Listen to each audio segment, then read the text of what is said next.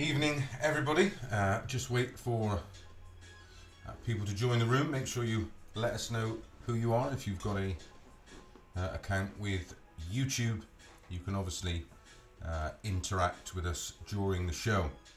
A jam-packed show it is this evening. We'll be looking back at this weekend's Danish Darts Open, which of course Dave Chisnall lifted the title. Evening Dave, evening Killian, Adam, thank you for joining. Make sure you please share on social media, more the merrier. Be looking at a few comps in the future, what's happening in the world of darts, a bit of BDO stuff, bit of EDO stuff, and a few unhappy players for different reasons over the weekend, and of course a few announcements today, which again we will touch on. Duck Darts, good evening. Charlie the Boss, good evening. A little bit about Jeff Smith, who had a fabulous weekend this weekend, and a look ahead to tomorrow's Eye Plaster Bristol Premier League, which I'm pretty sure a few of you tuned into last week. Really enjoyable. We did comms on it for the first time last week. A few teething problems, but hopefully tomorrow night's action will be equally as entertaining. We've got the full quota of 5 matches tomorrow night. It's week 4. Really looking forward to it. That's 8 o'clock. We are hoping to co-broadcast it on our YouTube channel, this very YouTube channel. If that doesn't happen, of course, it will be available on Bar 501's Facebook page. It will be live. I will be doing the commentary on it. If you're in the Bristol area, 2 Broad Street, Staple Hill, Bar 501, get yourself up there. Real welcoming pub, a real darts themed pub during the week. And well worth a visit if you're a darts fan. There's always Mark Durbridge or the other co-owner, Steve Brown, knocking around for a game or two. But yeah, make sure you get yourself up there. Really, really enjoyable bar. And like I said, the darts action starts at 8 o'clock sharp. Dave Francis, standard was decent in Bristol, very. I should do a show about Bristol dart players that should have made it that never. It's fair to say there was a few equally as talented as myself, Steve Brown and Mark Durbridge. Of course, Mark Durbridge, major finals, world finals, world matchplay finals, and world master champion. So yeah, but players like Jeff Williams, Stuart Bennett, Mike Jeffries, list goes on, Johnny Lavis, George Turnbull, my goodness. Well, of course, Bob Anderson played his darts in the Bristol area, but wasn't originally from Bristol himself. Like I said, I'll just wait for a couple of minutes, let the room fill up a little bit, and we're obviously going to do some questions. Evening Phil Bars. Don't forget, look out on Live Darts and Phil Bars social media accounts. Dropped a few new videos today, I do believe, interviews. Always well worth a listen. Evening Phil. Heavy duty, new setup, yeah, a little bit. Charlie Gray, I've enjoyed the 4th edition of the dartsplanet.tv. Yes, the magazine, good man. Before we get on to anything, make sure you continue to support our magazine, which runs alongside the channel. There it is there, issue 4. A lot of people didn't think issue 2 was going to happen. Well, issue 5 will be going to print in a couple of weeks. It's absolutely flying out the doors, not many left. So I get fed up with people getting in touch with me going, oh, they're sold out, why can't I get hold of issue, why can't I get hold of the magazine? Well, you had enough warning. Here it is. I've got my copy. Look, there's my copy. It's absolutely loaded with content, and your chance, of course, to win some Winmau Pulsar darts, completely free if you bought the magazine. Only £2.50. Delivered. Well, we deliver worldwide, of course, at a cost, but £2.50. But for those of you that do continue to buy the magazine, thank you very much. I really appreciate it. And we also appreciate the support from Winmau, who continue to supply fabulous prizes. Scott Davey, glad to see Chizzy winning again. Gary Ormston, surely it's too early to talk about 2020 Premier League. Should be banned until after the Grand Slam. Yeah, I agree with you, but well, that is a talking point. Maybe we could start there. The 2020 Premier League. Ian White. I mean, he has to be considered. Has to be. I know people continue to go on about his floor form, but let's not forget. You know, he's not been included into the World Series events, which I think is just, well, I think it's shocking. Of course, they recently announced the Oceanic leg of the event, and announced, I believe it was Wednesday, yes, I know, the big sigh, Mr. Barneveld is involved. They also announced the lineup. Of course, I think there's still a few qualifying places to go, but I'll give you the list of players that are involved.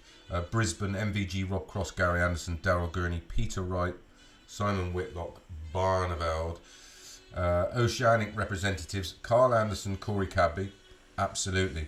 Damon Hita, he's DPA number 1, he's got to go in. James Bailey, DPA number 2, and 3 DPA qualifiers. Well, I know you've got to have a little bit of local interest, but then we get told in one breath that tickets are already sold out, and we understand about the brand awareness, but isn't it getting a bit samey? I think Premier League final ticket sales were down. It didn't have a lot of atmosphere, but there we go. Is it becoming too samey? Melbourne Masters. Michael Van Gerwen, Rob Cross, Gary Anderson, Daryl Gurney, Peter Wright, James Wade, Simon Whitlock, Raymond van Barneveld, Kyle Anderson, Cora Cadbury, Damon Hay. Now, I understand you've got to give the locals or people from that part of the world, the Southern Hemisphere, I know you've got to give them a few, a bite of the cherry, but, everyone, New Zealand, Michael Van Gerwen, Rob Cross, Gary Anderson, Daryl Gurney, Peter Wright, James Wade, Simon Whitlock, Raymond Barneveld. Nice holiday, Ray. Enjoy. Carl Anderson, Corey Cadbury, Cody Harris in this one, and of course Puha, Craig Caldwell, and 2 more qualifiers. So you've got a guy, who travels to every European event that he qualifies for, every other event, completely loyal, wins tournaments nevertheless, beats MVG, not being given a sniff in any of them. I hope he wins the match play and does that to him. That would make me laugh.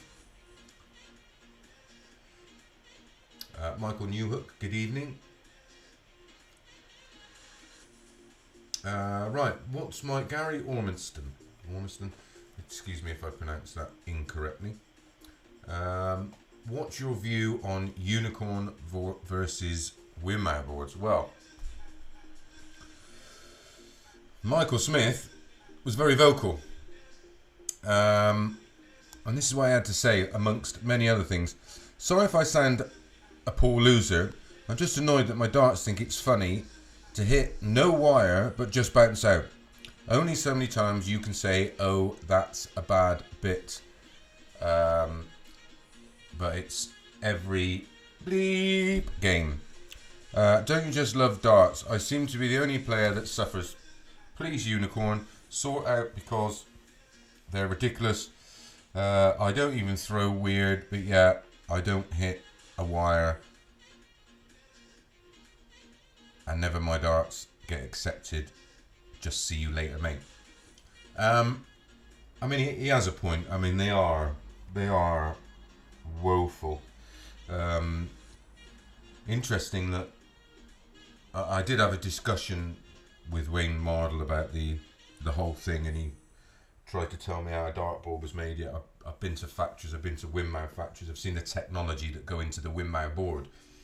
If you've not seen it, there's a video on YouTube that shows you how the more traditional board is made, and it's basically they create a sisal biscuit, all the same size, all the same weight, all with the same quality of sisal. And sisal's a bit like carpet. You get Axminster, and you get cheap garbage carpet that lasts 5 minutes. That costs like $1.99 a square yard. These then are compressed, glued together, and then the board is dyed and everything else. Well, the unicorn board is made over in China. I think it's China. Pretty sure it's China, not as smooth. And again, Winmau, if you have a look at Winmau, their social media page on Twitter, they tweeted a video of what goes into the making and the design of a Winmau board, and there's a reason it's better, and it's down to technology, and it's down to curing problems. They dive deeper into their boards, a lot deeper than the unicorn board. Now, in unicorn's defense, and it's not really, their boards have become so poor that the players have started to use more and more aggressive points, thus pulling the board to pieces. Now, the problem is, because how they make their boards and how shallow the die is on the face of the board, of course, the sisal behind just pulls through, and you get all these horrible white bits all over the board, which is the sisal being pulled out. Again, the quality and the engineering gone into the Winmau board means very rarely get a hard spot. It's not too hard and it's not too soft, so you don't have to use really overly aggressive points, thus not pulling the bits of the board out. But now players are so used to playing with the aggressive points, even if you use them on a Winmau board, because the dip die is so deep, it doesn't affect the look of the board. But ultimately, my big argument is why. Now, obviously, members of the people that own Unicorn are on the board of directors. I mean, is that a conflict of interest? I'm not so sure. I get on very well with all the guys from Unicorn. Nice people, always been very good to me. But I'm not going to sit here and say, oh, the board's great, and it's not, because then I'd be lying to you lot, and that's what the whole idea of me doing this show is to give you my information. The board goes out to tender, the actual board that's used on TV. Whoever comes up with the most money gets their board on the stage, and this is done all above board. Even though Edward, like I said, is part of the board, they always bid the most money because they understand the value in it being there. But I'm no businessman, I don't claim to be. But when you've got not just any players, your own sponsored players, and I've heard all of them continue, and on camera slate your product. Surely you've paid all that money to have your brand on display, yet you're quite happy to even have players that are in your camp ridicule it live on TV and on social media. I mean,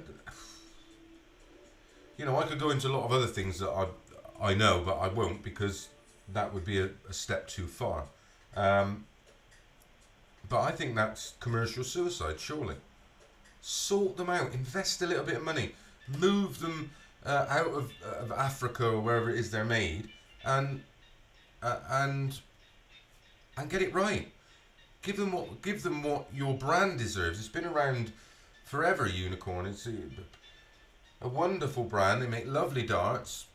Yet the biggest selling point you have, which is on display with your name written all over it, I just don't get it.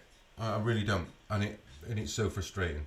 Anyway, I'll have a quick more questions, and we're going to have a look back at the weekend's Danish Darts Open. Shane Ryan, been to bar 5 and won a few times. Don't know what was more impressive, the standard of darts, how much that they could put away and still see the board. Welcome to Bristol. Michael Newitt, good evening. Michael Murphy, good evening. Right, we've done the Unicorn board bit. Evening, Rob. Phil Bars, yes, mate. Loads coming out over the next few days. Too much to edit. And of course, we got the big modus announcement at Bowlers. I wonder, it could be an ice hockey competition, maybe. I'm not sure. But yeah, wait till you all hear about this thing going on at Bowlers in Manchester. It is immense.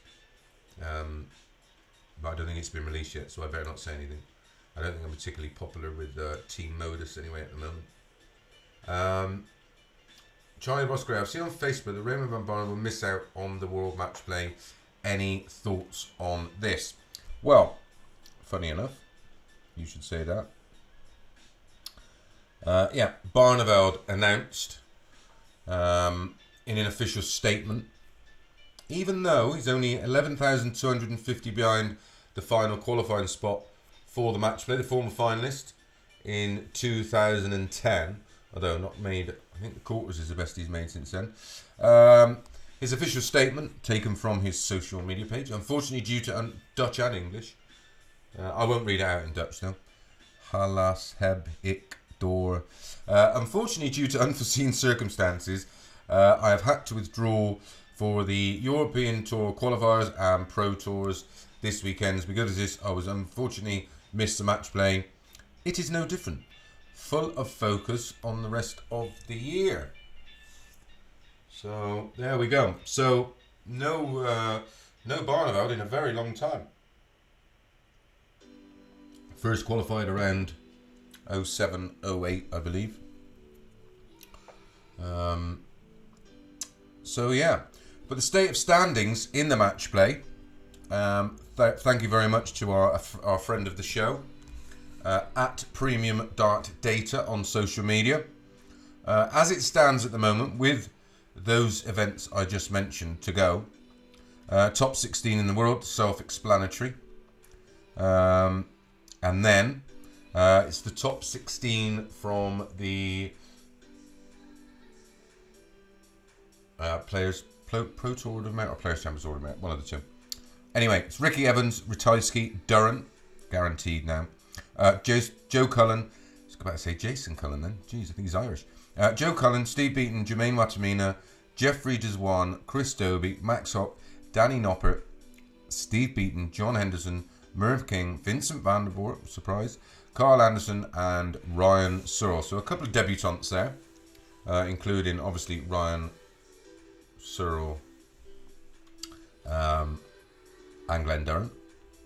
But if you wonder why I follow someone like Premium Dart Data, who allows us to use a lot of his tables and stats and facts, you know, every now and again he pops up with a tweet like this: the highest averages at the World Match Play. You might notice something. I think we had a discussion the other week about Taylor and MVG. Obviously, Taylor's played more in it, but most of these have come since the new boards have came along. Say no more. But they're staggering, aren't they? 114.99 top one, 114 second, third one, 112.17 was in fact against Jules Truly when he hit the 9 darter. Actually impressed I got 7 legs. Well done, Mason. So anyway, the match play chasers. So there you can see at the top of the page, 16th spot is Ryan Searle. I think that must be on countback, because on exactly the same is James Wilson. Then Ross Smith, 1250 behind. As is Keegan Brown, Gabriel Clemens there and thereabouts, Steve Westerlin with a shot. Still a lot of money on offer, of course, with the remaining events to play in. But Barneveld, there we go, 11,250 behind. Mathematically, he could have made it, Charlie, but it was unlikely. Shed Timez, Ian White is the most boring man in darts with single-handedly bomb TV ratings. That's why he can't be in it. My goodness, obviously not a darts fan. Heavy duty, probably best that he won't be in Blackpool. That's an absolute ridiculous statement. Yeah, I agree, Michael Murphy. There we go. A good player will come good in the end. Ian White will life. Yeah, let's not forget you know, we used to talk about Gary Anderson who couldn't win on TV. Jeez. Dennis Priestley, 40 when he won his first world title. Just behave yourselves. Dave Francis, BDO World Trophy. Oh, right. We'll get this out of the way now. The BDO World Trophy, and then we'll talk a bit of BDO stuff. What is going on? So this they made this and I don't dislike Des. I think he's ambitious. He's a proven businessman. But as I've said, the model in the PDC, it was a brilliant interview. I don't mind if Phil's still listening. If he puts a link to it on here, a fantastic. Oh right, I'm just before I just get onto this World Trophy, I've just seen Phil Barr say Winmau's made in Africa. That's right. Unicorn's made in China. Winmau's made in Africa, and they go out there. They got their own factory, and they source the size. So like I said, there's loads of content out there on YouTube. Just go onto Twitter, ask me on Twitter, and I'll point you in the right direction. I've been saying this for years, but there's a great interview, Live Darts, Phil Barrs. I don't mind if you put a link to it on the end of the show or whatever, with Matt Porter. It's an absolutely brilliant interview. It even answered some questions for me, and you wonder why the PDC is so successful. Now, I know for a fact that Des Jacklin is a successful businessman. I know that for a fact. Does it cross over? No, unfortunately it doesn't, unless you're a successful businessman in this industry, which is why I pleaded with the BDO. I've even offered to work for them for nothing, just to try and help them out a little bit.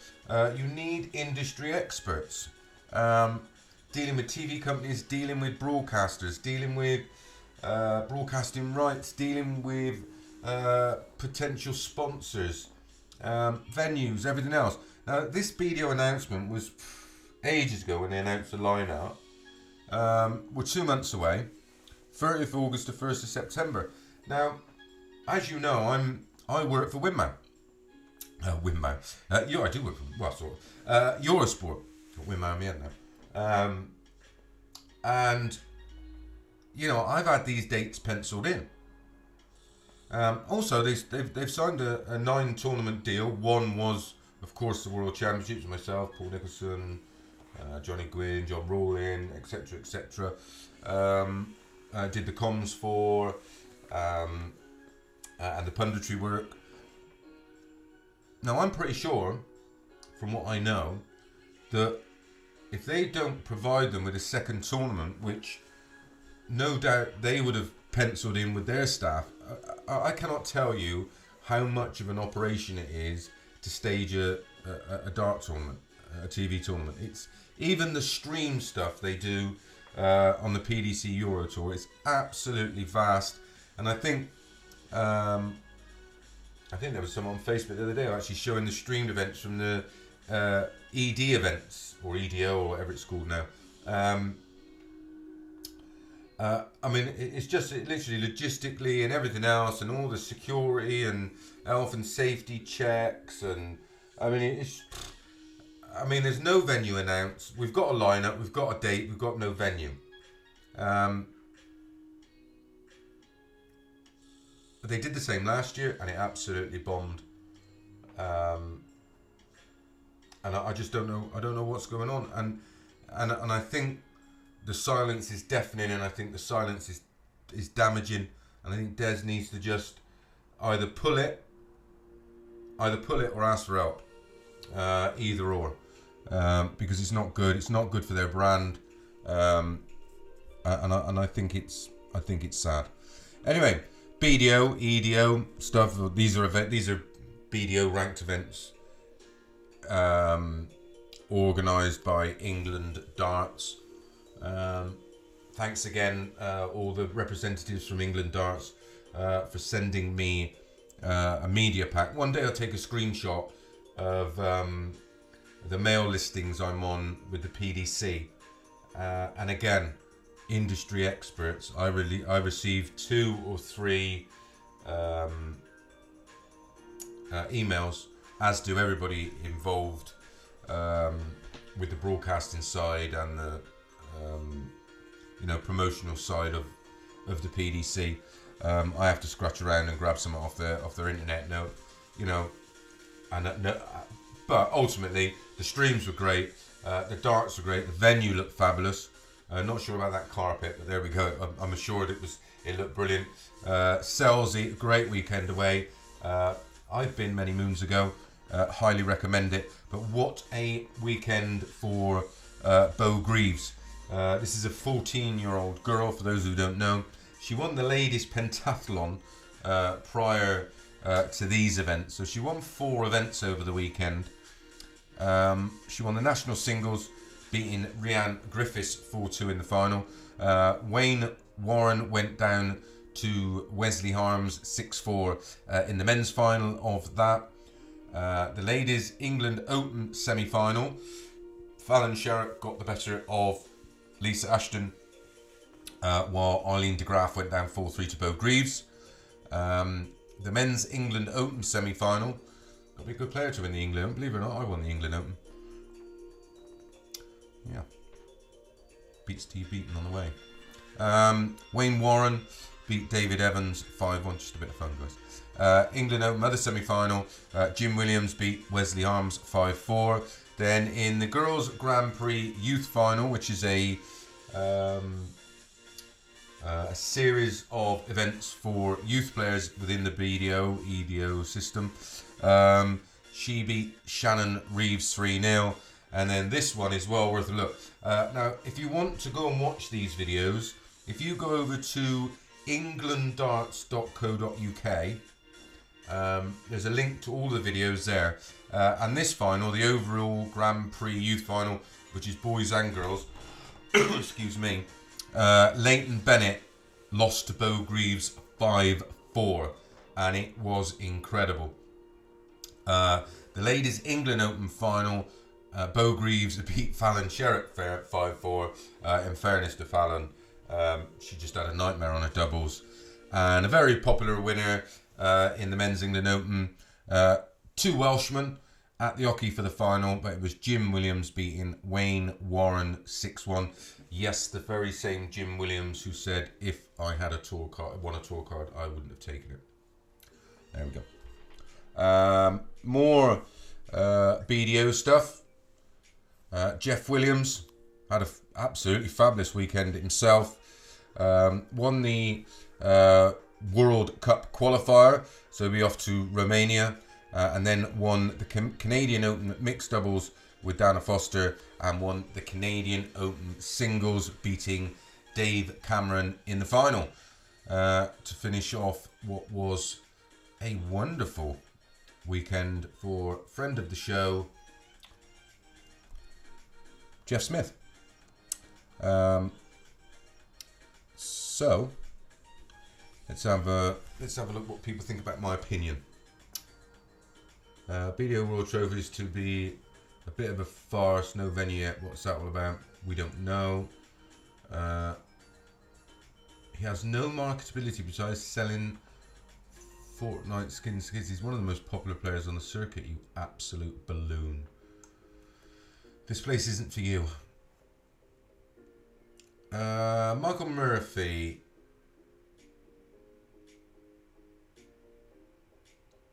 Oh, hang on. Let's start at the top now. I've just missed a thing.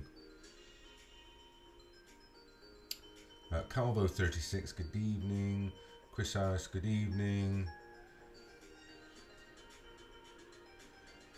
My God, I've missed a load. Sorry, guys. That's what I get for bumping me gums.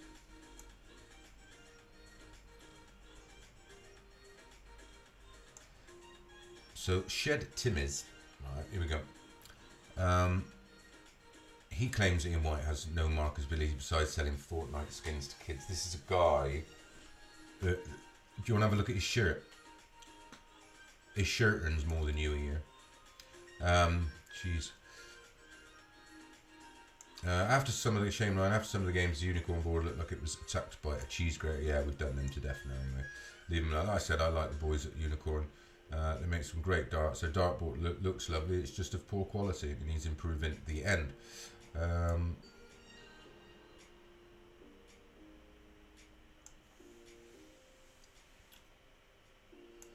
Phil Bar's just confirming that the Winmau is made in Kenya. That's correct. What about Adrian Lewis? Never hear much of him now.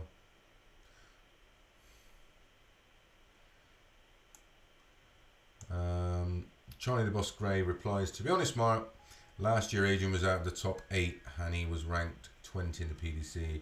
Our operation is black, blah, blah, blah. Yeah, we've done that. Adam.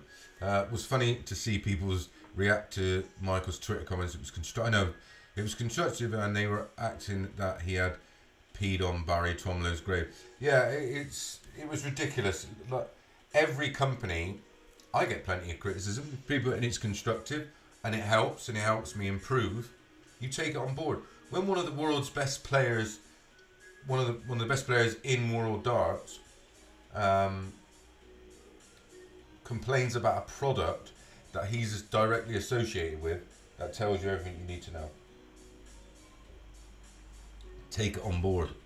It's valuable. Right, okay, Michael Murphy. Chris, do you think there is a shift in darts players' lifestyle? More people eating properly, not drinking, smoking before games? 100% there is. Absolutely. And for the better, image is improving. I know Barry and Matt Porter and all the team at the PDC, they strive to protect the players, their images, and they want the best for them. They want them. They don't want them just to play the business. They want them to look it as well. Comes as a package, and we're getting there, and good for the players. The drinking culture had to change because you wouldn't have been able to do the schedule drinking like we used to in our days. You'd be in Betty Ford's or whatever it is. Warren Ellsworth. Irony is that if Barney had bothered to play Pro Tour events at all, end of last year he'd have qualified. Correct. Couldn't be bothered. He couldn't be asked. And the PDC are rewarding him with a nice free holiday for him and his missus. Lovely. Well done. Andy H. Leighton Bennett is young and talented and certainly looks like he could be at the top of darts one day. How could the darting community make sure he gets there?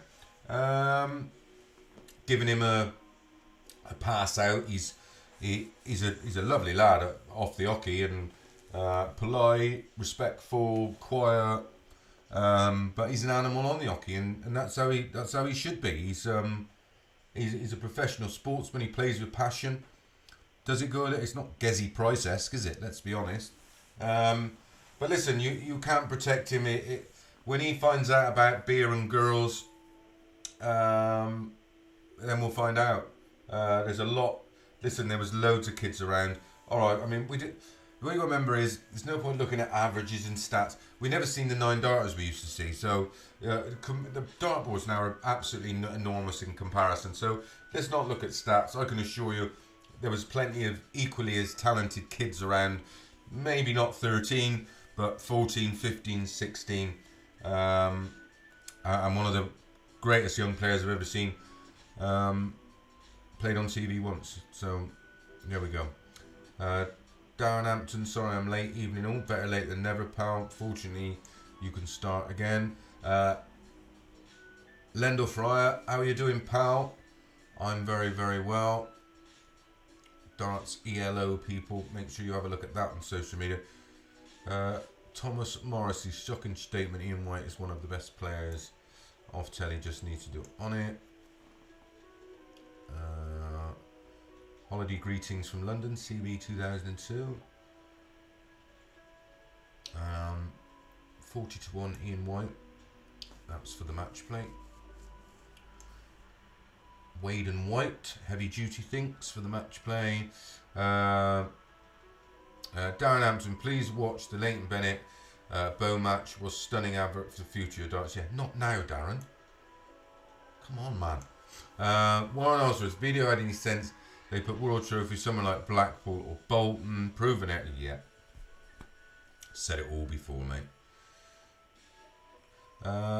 Viv Sparrow, would PDC likely consider ladies and or youth events in the future? No. Marcus Knappman. Oh, evening, pal. I received my Darts Plant magazine yesterday. Quality read. Thank you very much. Thank you for buying it. If you bought it. Marcus Gilbert, fully agree with Shedmeister. Ian White would massively drop ratings. You haven't got a clue. He is seriously popular. I do not get where all this nonsense is coming from. Because he ain't got spiky hair and wears silly trousers and jumps around, or because he doesn't fucking pump his fist every time it's a treble 20. You think that's what it's all about? Interesting. In terms of quality of darts, which what you should judge him on, Steve Davis and Stephen Hendry, masters of the cue, but hardly personalities, were they? If you drink at an all-day open, would you steady drink all day or have a few before you start, then calm it down? Rob Brereton, yeah, just have a couple to settle and then just steady away. Will Fansel, that was a great interview with Matt Porter. He said players like Ian Wright were not commercially viable. Do you agree with this, Chris? Yeah, which is what I've said. I totally understand the reasoning behind it. I just don't like it. But there we go. John B. Marcus Knappman, no, the wife bought it for you. Dick Burnside, you missed my comment, fella. Let me see if I can find it.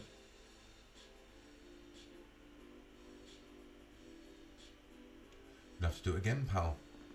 Dynamite Dave Llewellyn. Hi lads and lasses, hope you're enjoying the show. Been missing for a few weeks, being a bit in the wilderness after a knee op, but I'm now on the right path. Well, get well soon, Dave. I hope the recovery continues. Right, let's have a look. I had to have my dinner late. No, I burnt it first time around. Right, let's have a look at the weekend. Of course, this man,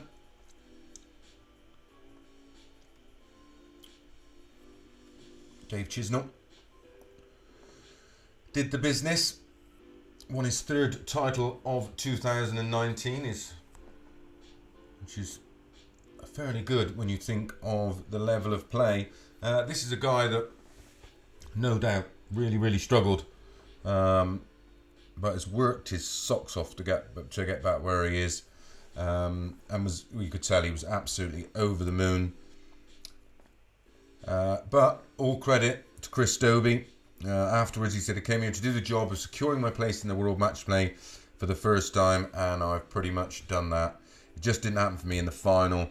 If I could pick a player to lose to, it'd be Dave. He's a great lad and thoroughly deserves this win. Yeah, they're great friends, these two.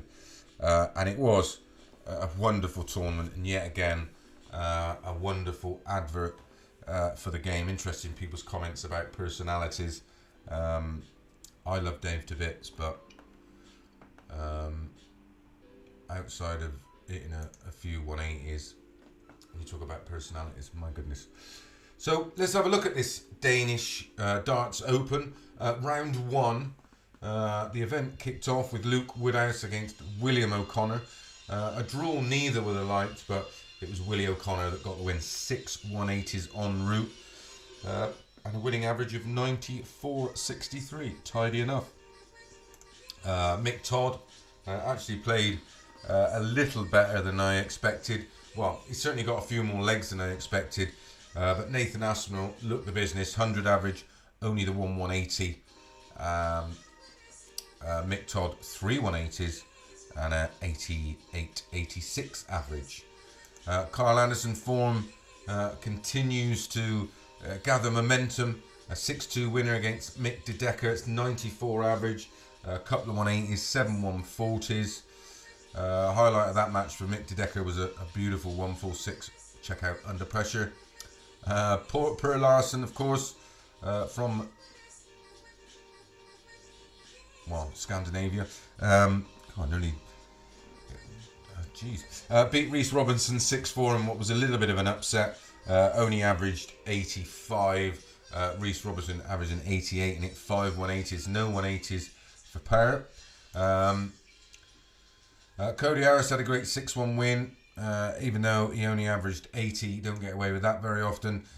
Player of the tournament outside of the top two, well, should I say the winner and the runner-up, Jose de Sousa, absolutely fabulous. He took care of Scott Taylor 6-3 with a 96.84 average and 3 180s. Jose Justicia, he went down to Ryan Joyce 6-2. Not a lot to say about that one.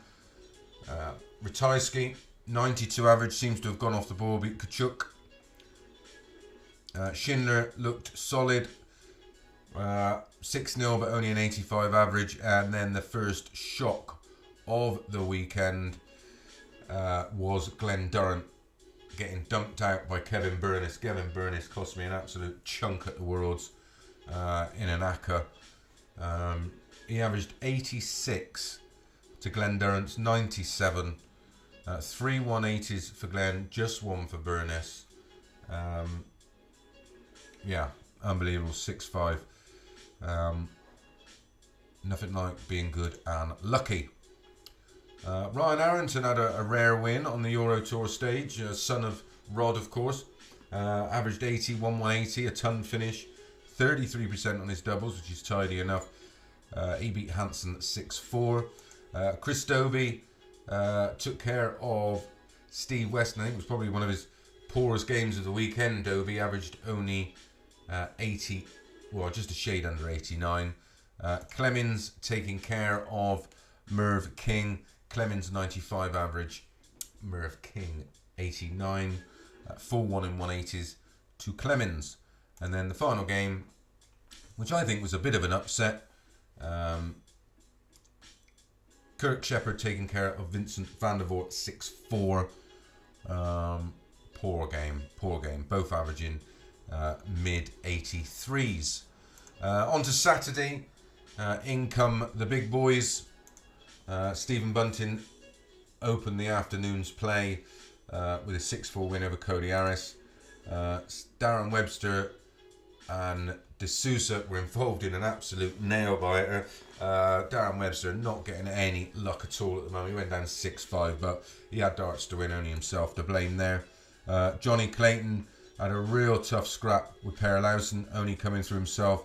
6-5, averaging 97 in the process. Dave Chisnall and Ratajski up next. Chizzy, 99 average. Ratajski a little bit more like it, 96.8. In fact, Scott had more 180s than Chisnall in that one. That's a rarity. 3-1 in that department to Ratajski. A resurgent Whitlock. He's playing really well at the moment. Good to see. He took care of Nathan Aspinall 6-4, 8 180s in the match, 4 apiece. Joe Cullen ended Kevin Burness's run. Kevin Burness 74 average. Went down 6-1. Nothing more to say about that. Gurney took care of Ryan Joyce in a real professional display. 6-1 with 101 average. Then Dobie beat Ricky Evans in another real fun match. Ricky Evans now really developing a B game to his armoury. He averaged 94.45, which was a little higher than Chris Dobie's 93.63. 2-1 in 180s to Evans. Gerwin Price up next. And to be honest, from this point on, I thought there was going to only be one winner, and it was going to be Pricey. He beat Ryan Arrington, who played absolutely superb. You wonder why these guys have got a tour card. Well, you watch this game back. I'm sure it's on YouTube. 6-4 it was to Gerwin Price. Could have been a little closer. 100.42 average for Pricey. 97.73 for Ryan Harrington. Rob Cross, probably the next biggest shock in the tournament. He went down to kick Kirk Shepherd 6-4. Average 95. 3 180s apiece. Kirk Shepherd averaged 92.66. 55% on his out shots. Took his chances. Cross was poor. Then Peter Wright and William O'Connor had a right old tussle. Well, it looked like it was going to be a tussle, but then petered out. Peter literally 99.4 average, 6-2. James Wade took care of Dennis Nielsen. Impressed with Dennis Nielsen over the weekend. Through some real quality stuff. Actually missed him out in some of the first round games because they were quality. But James Wade was typically Wade. He waded his way to a 6-3 win.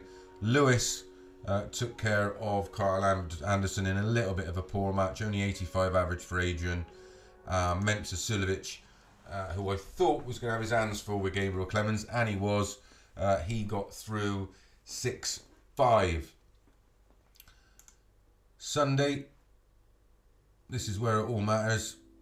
On the Sunday, this is where you can win or lose the tournament.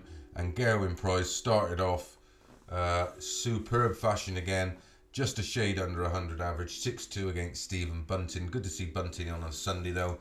And then Joe Cullen took care of Peter Wright.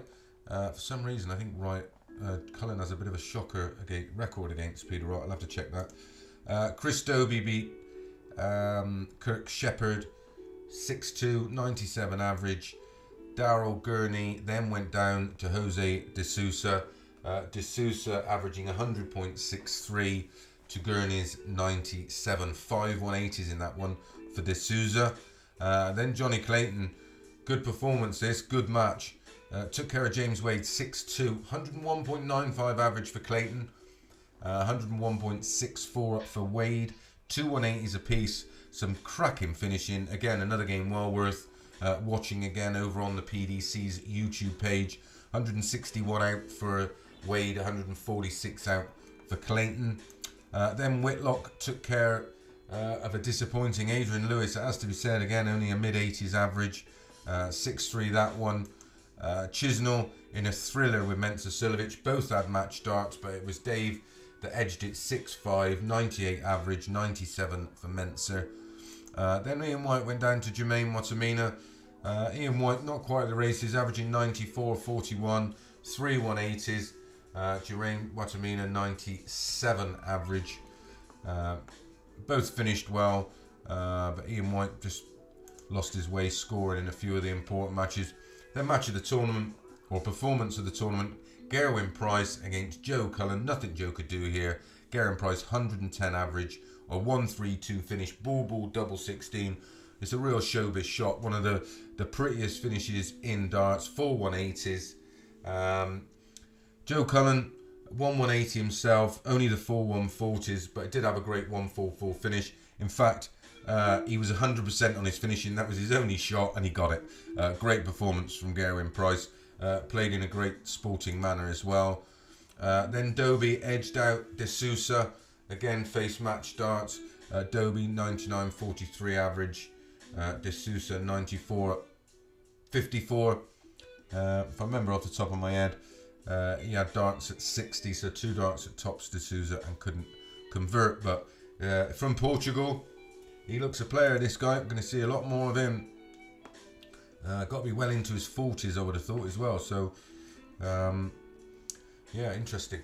Johnny Clayton then took care of Whitlock 6-1. Not a lot to be said about that one. Clayton's an 87 average. Then Dave Chisnall smashed Watamina 6-1. 95 average for Dave. Only the 2 180s, none for Watamina. Then it was the semi-final. Chris Dobie against Gerwyn Price. 94 average for Dobie, 99.08 for Price. He was devastated. He played well. His finishing was poor, 4 from 14. But fair play to Dobie, did the job, got it done. And then Dave Chisnall, 7-6 against Johnny Clayton, 101.7 average for Chizzy, 95.72 for Clayton. A 1-6-1 in there for Johnny Clayton, a 1-3-7 checkout for Dave Chisnall, 85% on his doubles for Clayton, but he just got outscored and outmuscled. And then on to the final. Didn't really produce in the final. Dobie looked a little jaded. 'Tis a long weekend for the players, especially those who make the final. Just didn't click for him. Only 85 average, but Chizzy was solid and kept him under pressure all the way through. 99 average for for Chizzy, a 115 finish, 53% on his doubles, 5 180s. And if you want to, as an example of a player who scores lots of 180s but running out of bullets, it was Chris. No 180s and only 5 140s in 11 legs. I think he just, like I said, he just ran out of bullets. But a really, really enjoyable tournament. I love these Euro tours. I'm just a huge fan. I think it's great. It's great to see new and different players coming through. D'Souza being a perfect example of that. Right, I'll have a quick run through some of the questions before we get into the last few bits of the show. Right up to there, right up to there. Aaron Turner, hello Aaron. Steve Beaton, is it possible that he will go on forever, laugh out loud? Is throwing as good in your opinion now as when he won the Worlds in '96? Yeah, well, I played him in his debut at the Matchplay at '98 and absolutely smashed him, so I'd have to say that. Yeah, I think he's playing the best darts ever. He actually was involved in a charity event at the Bar 501 last Sunday. Great event, not last Sunday, the Sunday before, sorry, for a second chance cancer charity. And I did the Q&A with him. It was really well supported, loads of people up there, great fun, and he was playing absolutely superb. And I said to him, you know, what's changed? And he said, well, now I play because I want to and I don't have to. There's no pressure. What a fabulous way to, you know, what do they say, a job only becomes work if you don't like it, or something like that. There's a saying out there, I will look it up. Sorry. Chizzy, yeah, man. Viv Sparrow, you dismissed my comment regarding Yadi's youth darts. And is this the PDC policy? Is your opinion there will be not enough public interest? Right. Let's have a look at ladies darts. I'm going to do a dart tournament, and I'm going to do a ladies tournament for a lot of money. An open with real low entry fees, and let's see how many turn up. And that's the trouble. It's not the numbers. You got to remember the Matchroom and the PDC are a commercial business. Their priority is to do the numbers financially. I've said for years, the BDO they only have one thing that the PDC don't have: ladies darts. That's it, and they don't do anything with it.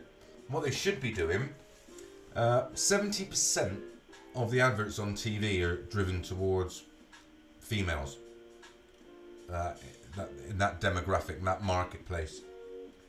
So if you had a women's only world championship, there'd be no shortage of sponsorship, and it would have to build slow. There's not a platform that the PDC have where they could drop the women in and it'd be financially viable. They just don't do the numbers. Do I think women's darts would work on TV? 100%. Do I think it would work in terms of bums on seats? Absolutely not. So you find a real small niche market venue, and you make it a great big party, like a great big hen party, and then they make money. Not complicated. It's not a big enough It's not big enough in the marketplace yet for the PDC to be involved. Hence, they're not. If it was, they would be. And this is the thing: the PDC now have every area covered with regards to darts. If you're a junior, if you're just starting out, if you're a youth player, and if you're a pro, it's done. And PDC isn't men's darts anyway. Women can play, as they do.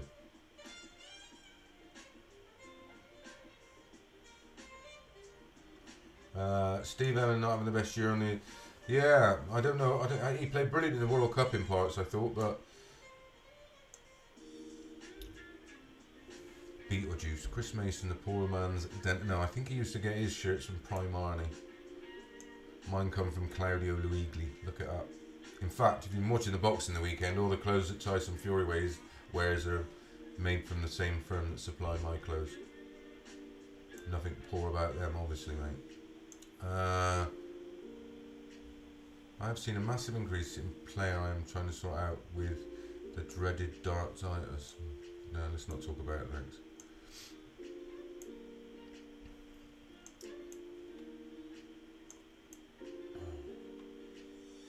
Sorry, I'm just trying to get through all these messages. Scott, it's an opinion, and if yours is valid, then everyone is, or no one's is. Yes, and that's why we debate. This is a friendly place, let's keep it that way. We're honest, we don't love the game, blah blah blah. Rob Burton, did you or any other top pros suffer from any repetitive wrist injuries? Yes, apart from my poor mental health, which has been well documented anyway. Yeah, I had tennis elbow. So my decision to walk away was part and parcel of that, amongst other things. Marcus Gilbert, Leighton Bennett, overrated at best, and he's becoming Marcus Gilbert, and I presume he's saying to Shed Timez. Leighton Bennett, overrated at best, and he's coming through a very poor time in darts. Marcus.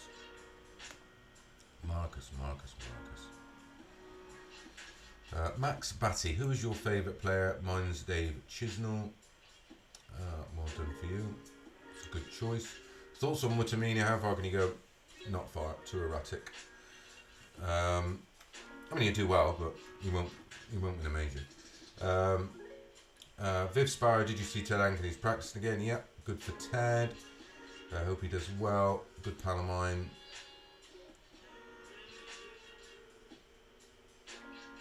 Sorry guys, I'm just trying to get through all these messages. That swearing saying it's going through a bad time and boom boom is overrated. You don't know. Or talent, I agree. Just watch the Greaves and Bennett match. Top game.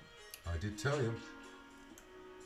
Seeing as you're talking about women, why not use Grand Slam to test the water? 16 runs here, 8 men for BDO, and 8 women from... They've had women in it, mate. Yeah, they've had countless women in it. Anyway, right, let's wrap up some of the other little bits that we've got to get through in the show. Talking of Leighton Bennett, he won our very first Darts Planet TV Winmau Masters event, en route hitting that 9-darter, which I'm sure, like the other, I think we were up to over 2 million views. Hit the 9-darter at the Rileys in Norwich. Absolutely delighted to announce the collaboration continues with Winmau, and our next event is the 19th of October in Rileys, Wolverhampton. Obviously, I lived in the West Midlands for a long time. Made lots of friends there, know lots of businesses. So we will be looking for some board sponsors. And it's a great deal. You get an advert in the magazine, you get all the social media content, you get an interview in the day at the Rileys event in Wolverhampton and the one in Rileys, Victoria, to discuss a little bit about your business, how you came about to sponsor a board. So all very good. You can enter for these events now. Entries are open and they are limited to 128. So, and it's £10. Yes, £10 for 1,750 in prize money. You do the maths. Yes, we are £480 out of pocket. I know. But ultimately, we want to make low entry, fun events affordable to fans and players. Come along, you never know who might be there. The last one I played in it, Mark Frost was in it, even Marcus Knappman played in it, sort of. Yeah, so it was a thoroughly enjoyable event. All the team will be there from dartsplanet.tv, myself and Gav. We're doing lots of filming and fun stuff on the day, lots of giveaways. Your chance to get involved with the 9-dart challenge, and of course thanks to our sponsor Winmau, they supply us with a lot of products that are only available at the prices that we do them at our events. So make sure you come along. The link to enter that is just below the screen you're watching right now. What else was I going to... Oh, here's another date for your diary. If you're up in the West Midlands, talking about Wolverhampton, my pal's got this event on at Allen's Sports Bar. Well worth a visit. Be a lot of the BDO lads at this one. Jamie Hughes, no doubt. Jim Williams, etc., etc., etc. 5,000 in the prize pot. It's a Cat B tournament, so it's a ranking event. It will be streamed. I don't know by who, but it will be streamed. And you can enter via PayPal. Make sure you do. All the telephone numbers there. All the information is there that you need. And another date for your diary. I'll be winning this again. That's a standing joke, but you have to know about it. It's the Target Darts Sports Star Fishing Championships. I think this is about its fifth or sixth year. Maybe fifth or sixth year. A host of stars, as you can see there. Barry Ermablaine in it, George Groves, Phil Taylor, Mark Williams, Steve Davis. The first 8 have been announced. I think there's 24 in total. Yours truly will be there, as will Gavin. We'll be there with a bit of dartsplay.tv merchandise, mooching about, doing a bit of filming. Now there is VIP packages available if you're interested, which includes, I think, meet and greet, the meal, and all sorts of business like that. But if you just want to come along and support the event, it is all for charity, of course. Please do. All you have to do is email Julie at jbdsportsagents.co.uk with your inquiry and how many tickets you want, and you'll be able to come along. And that's completely free. I'm pretty sure there's some donation buckets along the way, so make sure you dig deep for that one. And coming back, the most popular prediction league online right now, Fantasy Darts. The best prizes. I think we've had 3 of them now. We've given away 3 magnificent prizes. I won the World Cup one. Guess what? I didn't get a prize. But that will be coming back for the Betfred World Matchplay. So make sure it's 100% free. Just go over and register. There is some. There's literally. There's no. It's 100% free. And you can win things for nothing, and you can do it with your mates. You can create your own leagues. It's absolutely fabulous fun. Like I said, it's 100% free. I get involved. Like I said, I won the last one, and I didn't get anything. And then don't forget, tomorrow night from 8 o'clock, we will let you know if it's going to be broadcast on our YouTube channel. But I can assure you 100% the iPlaster Bristol Bar 501 Premier League will go live on their Facebook page. Again, link provided below what you're looking at now. I'm just going to round this up. I'll see if there's any more questions or any more sensible questions. It's not even sunny, but you think some of them are in a beer garden all day. A 13-year-old in massive outs, 9 darters. It's a future world champion. I agree. Oh God, MG again. Glad he did not play at the weekend. My goodness. Everybody's a little bit premenstrual, I think. Right. Remember, we like opinions, but make them sensible and make them about darts or darts related. A lot of hate. We don't want that. Listen, we're darts fans, ultimately. And to ridicule and say someone's crap or never going to do this, never going to do that, you're not a sports fan. Look at the guy that just won the golf at the weekend. Come on, please. Anything is possible in sport. That's why people play it, because there's always that chance. There's always that outside chance. And sometimes dreams can happen, and that's what sport's all about. So.